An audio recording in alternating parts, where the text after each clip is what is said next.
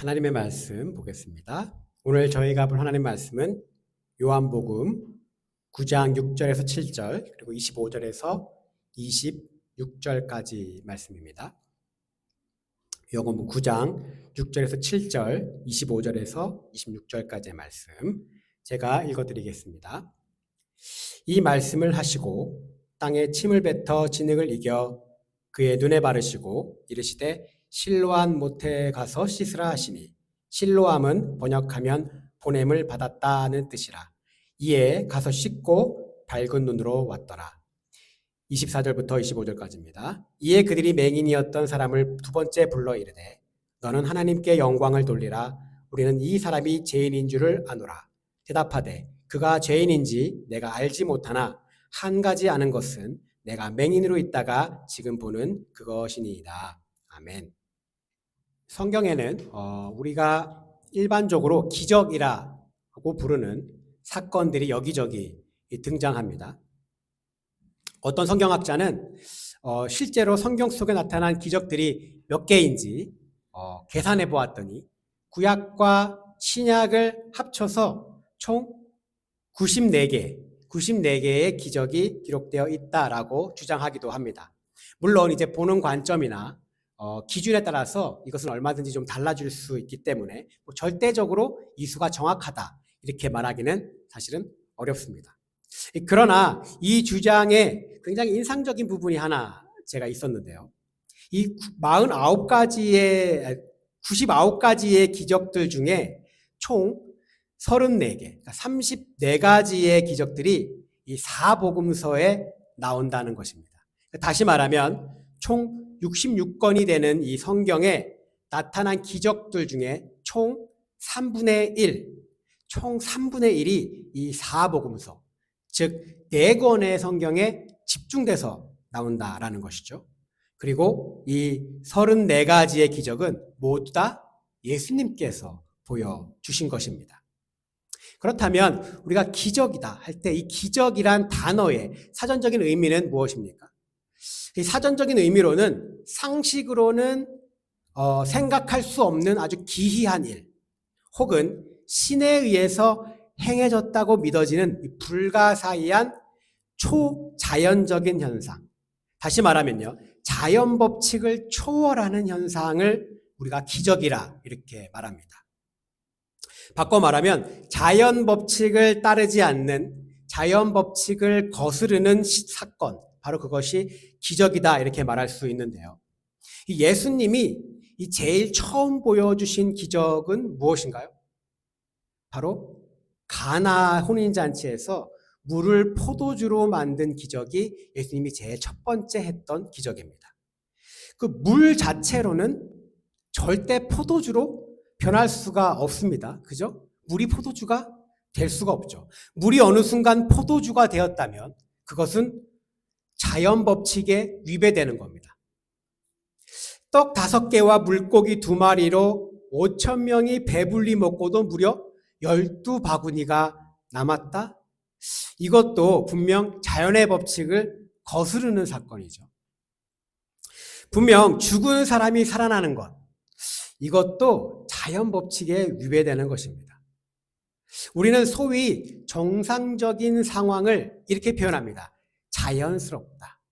그죠? 그리고 비정상적인 상황을 부자연스럽다 혹은 자연스럽지 않다 이렇게 말하죠.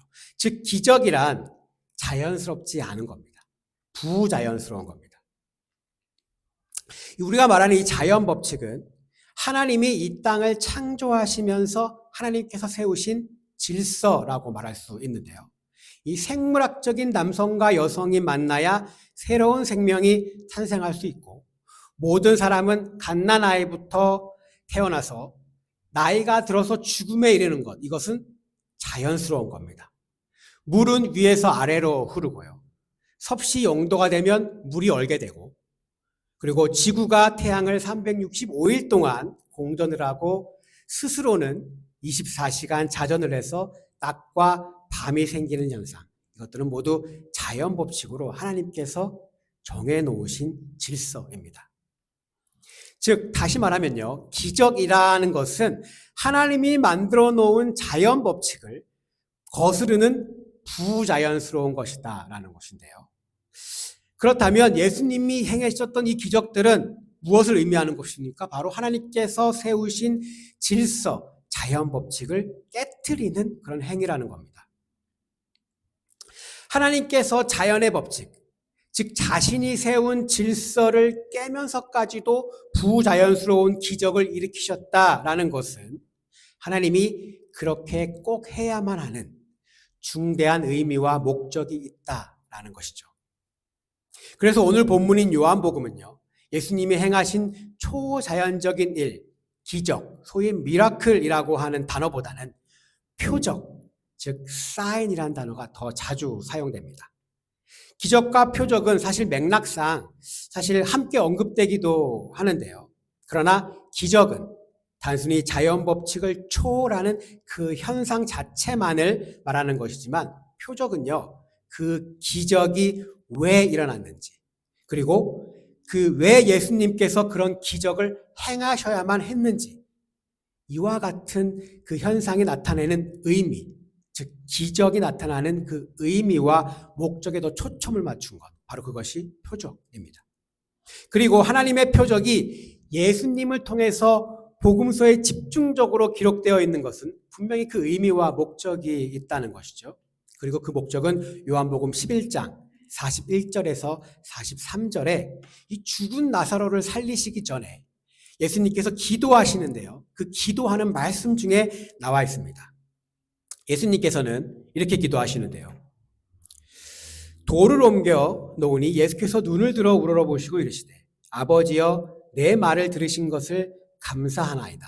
항상 내 말을 들으시는 줄 내가 알았나이다. 그러나 이 말씀을 하옵는 것은 둘러선 무리를 위함이니 곧 아버지께서 나를 보내신 것을 그들로 믿게 하려 함이니이다. 이 말씀을 하시고 큰 소리로 나사로야 나오라 부르시니라고 말합니다.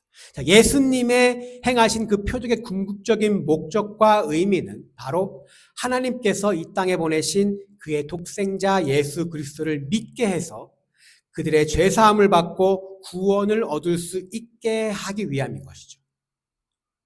그리고 이것은 하나님이 보시기에 자신이 세우신 자연 법칙을 깨더라도 자신의 질서를 어기서라도 무조건 해야 하는 사람에게 가장 중요한 일이었던 것입니다.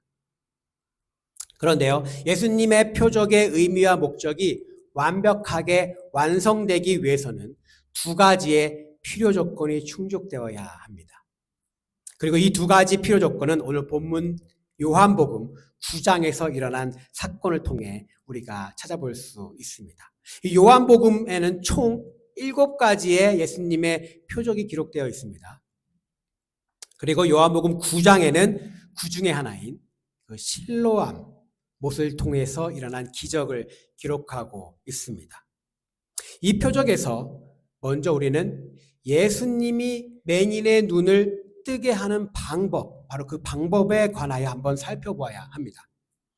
하나님의 아들이신 예수님은 사실 맹인의 눈을 단지 그냥 말씀만으로도 그 자리에서 번쩍 뜨게 해줄 수 있는 분이십니다. 그러나 예수님은 그렇게 하지 않으셨습니다. 오늘 본문 말씀을 보면 예수님께서는 땅에 침을 뱉어 진흙을 이겨 그의 눈에 이렇게 바르시고 그리고 실로암이라는 못에 가서 씻으라 라고 말씀하셨고요. 오늘 말씀 7절을 보면 마지막엔 맹인이 가서 씻고 그리고 밝은 눈으로 왔다 이렇게 기록하고 있습니다. 이 복음서에서 예수님께서 보여주신 표적 이야기에는 한 가지 굉장히 중요한 특징이 있습니다. 예수님의 첫 번째 표적, 아까 제가 말씀드렸지만 예수님의 첫 번째 표적은 이 가나의 혼인잔치에서 물을 포도주로 바꾸신 사건입니다. 이 스토리에서 우리가 좀 유심히 봐야 하는 것은 바로 그 혼인잔치에 있었던 하인들의 바로 모습입니다. 사실 이 현실적으로 하인들이 볼 때 이 말이 안 되는 상황이지 않습니까? 물을 항아리에 넣어서 갖다 주라. 그럼 물을 갖다 주라는 얘기죠. 이 말이 안 되는 상황에서 예수님의 말씀에 따라 물을 항아리 아귀까지 채웠습니다. 그리고 예수님은 단지 물을 넣은 항아리를 가져다가 손님들에게 나눠주라 이렇게 말씀하십니다. 그런데요, 사실 하인들은 사실 물일지도 모를 그것을 예수님의 말씀에 따라 그냥 나눠주게 됩니다. 그리고 물이 포도주로 변하는 기적이 일어나게 되죠. 이 물을 포도주로 변화시키는 것은 예수님의 표적이지만 믿음으로 나눠주는 하인들의 이런 순종의 모습이 없었다면 예수님의 표적은 완성되지 못했을지도 모릅니다. 이 가나에서 보여준 두 번째 표적은 무엇입니까? 두 번째 표적은요, 바로 요한복음 4장에 기록되어 있는데요. 왕의 신하의 아들을 고쳐주신 것입니다. 예수님께서 왕의 신하와 가버나움으로 가시지 않으셨습니다. 예수님은 단지 가나까지 찾아온 이 왕의 신하에게 네 아들이 살아있다 이렇게 말씀하십니다. 그리고 왕의 신하는 예수께서 하신 말씀을 그냥 듣고 그것을 믿고 그리고 돌아갑니다. 믿고 돌아서 다시 발걸음을 움직이는 그의 행동이 바로 예수님의 표적을 완성하게 된 것이죠. 오병이어도 한번 볼까요? 오병이어의 기적 또한 예수님을 믿고 그 적은 양의 음식을 사람들에게 나눠준 제자들의 믿음의 행동이 바로 예수님의 표적을 완성하게 된 것입니다. 13년간 혈류병으로 고통의 세월을 보낸 그 여인이 많은 사람들을 뚫고 가서 예수님의 옷자락을 만졌던 그녀의 행동이 없었다면, 그리고 바로 그녀의 행동이 예수님의 표적을 완성하게 된 것이죠. 오늘 말씀의 맹인도요, 11절에 보면 실로암으로 가서 씻으라 하기에 내가 가서 씻었더니 보게 되었더라 라고 말합니다. 실로암으로 가서 씻으라는 예수님의 말씀에 가서 씻었더니, 내가 가서 행동으로 움직여서 직접 씻었더니 이 맹인의 행동이 바로 예수님의 표적을 완성하게 된 것이죠. 한 여자 청년이 있었습니다. 어릴 적부터 참 결혼하고 싶어서 결혼할 배우자를 위한 기도 제목을 구체적으로 정해놓고 날마다 열심히 기도했습니다. 그런데 30살이 넘도록 결혼을 못하는 겁니다. 그래서 더욱더 구체적으로 하나님께 기도하기 시작했습니다. 키, 직업, 성격, 외모, 가족관계 등등 새벽 그리고 밤에 하루에 2번씩 정말 열심히 기도했습니다. 그러나 35살이 되도록 결혼을 못했습니다.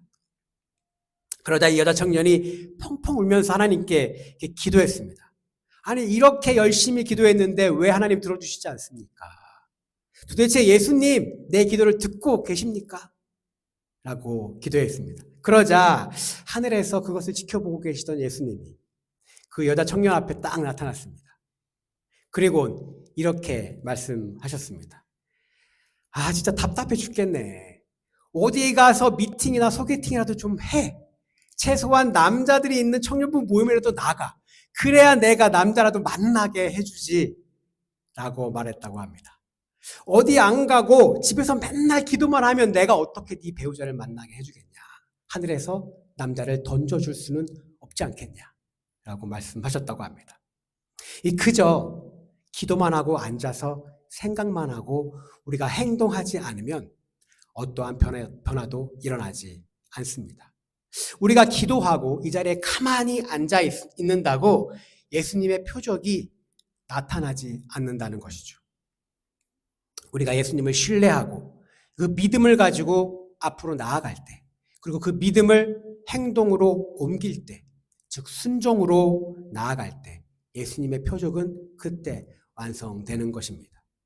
제가 드리는 말씀은 우리 노력 여하 혹은 우리의 노력의 정도에 따라 예수님의 표적이 일어나고 안 일어나고 이런 것이 결정된다는 기복적인 신앙심을 말하는 것이 아닙니다.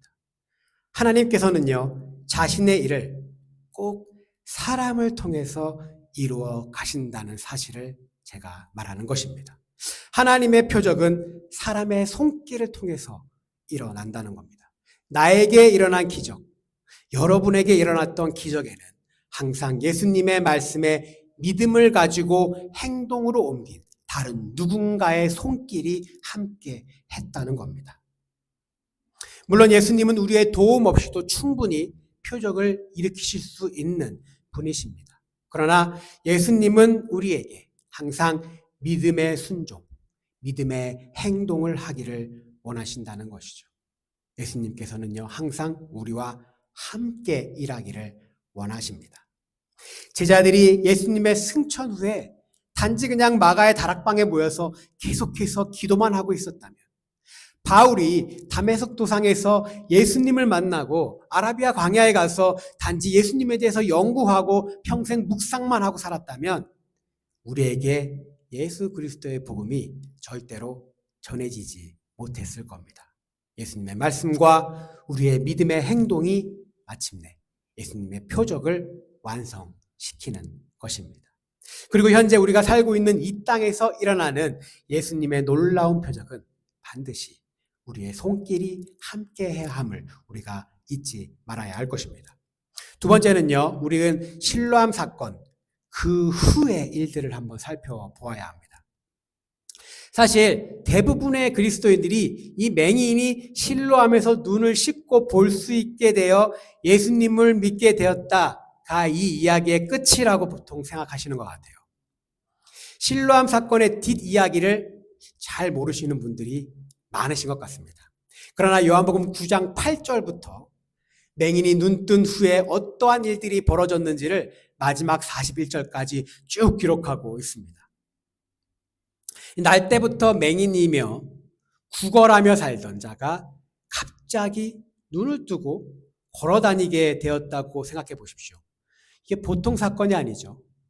주변에 있는 누군가가 날 때부터 눈으로 맹인이었는데 갑자기 눈을 뜨고 세상을 보고 산다. 보통 사건이 아닙니다. 이 맹인의 이웃들부터 바리새인까지 대중의 관심과 집중을 받게 됩니다. 그러다 보니 이 맹인이었던 사람은 조금은 곤란한 상황에 처하게 됩니다. 이 바리새인들은 맹인을 2번이나 불러가지고 신문합니다. 심지어 그의 부모들까지 불러서 신문하고 압박합니다.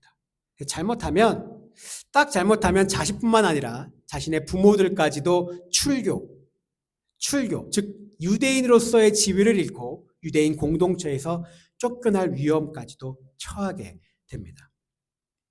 날 때부터 보지 못했던 사람이 보게 된 이 놀라운 날에 왜 곤란한 상황에 처하게 됐을까? 바로 그 이유는 요한복음 9장 14절에 나오는데요. 14절을 보면 이렇게 기록되어 있습니다. 예수께서 진흙을 이겨 눈을 뜨게 하신 날은 안식일이라. 바로 예수님이 눈을 뜨게 해주신 날, 진흙을 이겨서 그 눈에 발라주신 그날이 바로 안식일이었던 겁니다. 그리고 이 문제를 가지고 바리새인들 사이에도 분쟁이 있었습니다. 오늘 말씀 16절을 보면 이렇게 기록되어 있습니다.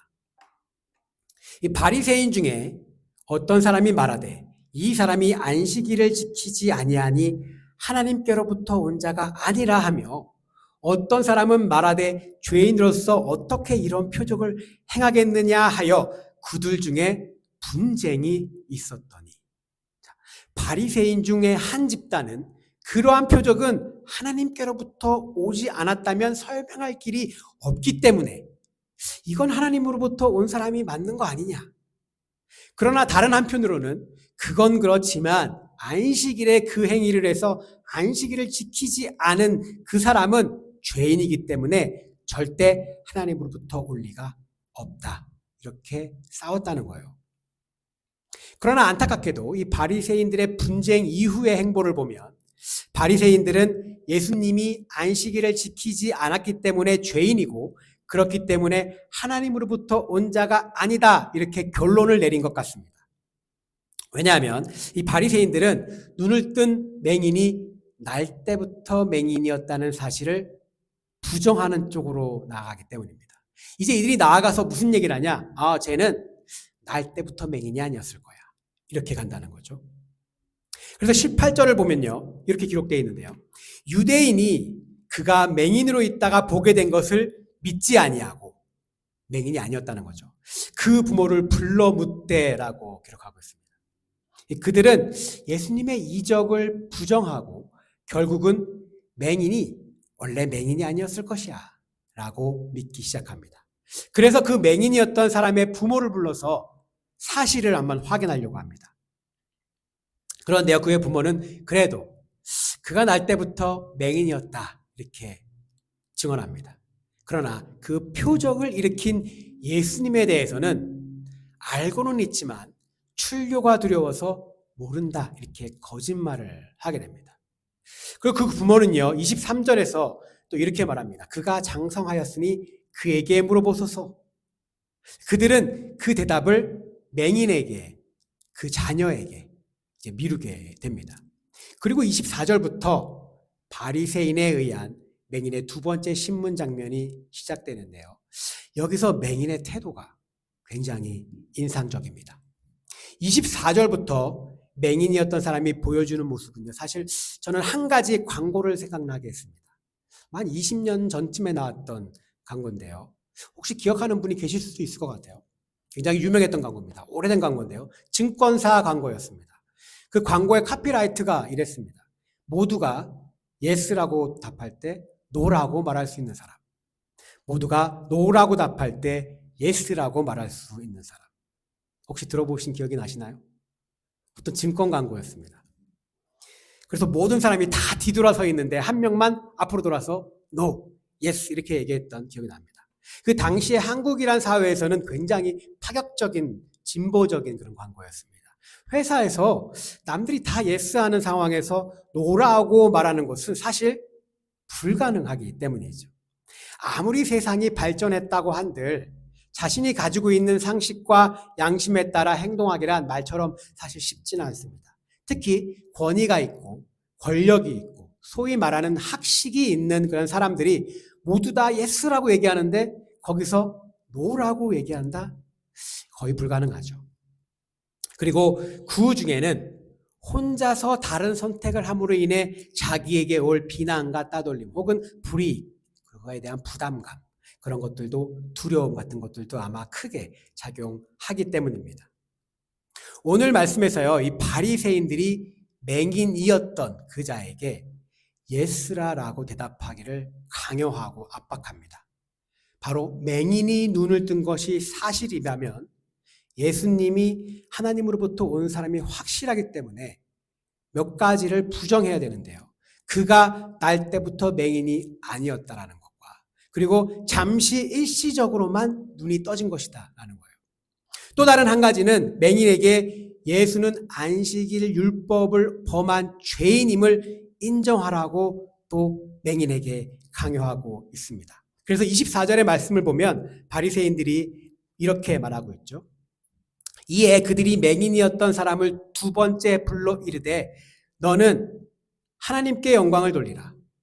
우리는 이 사람이 죄인인 줄 아노라. 그래서 이 사람은 예수님을 말하는 겁니다.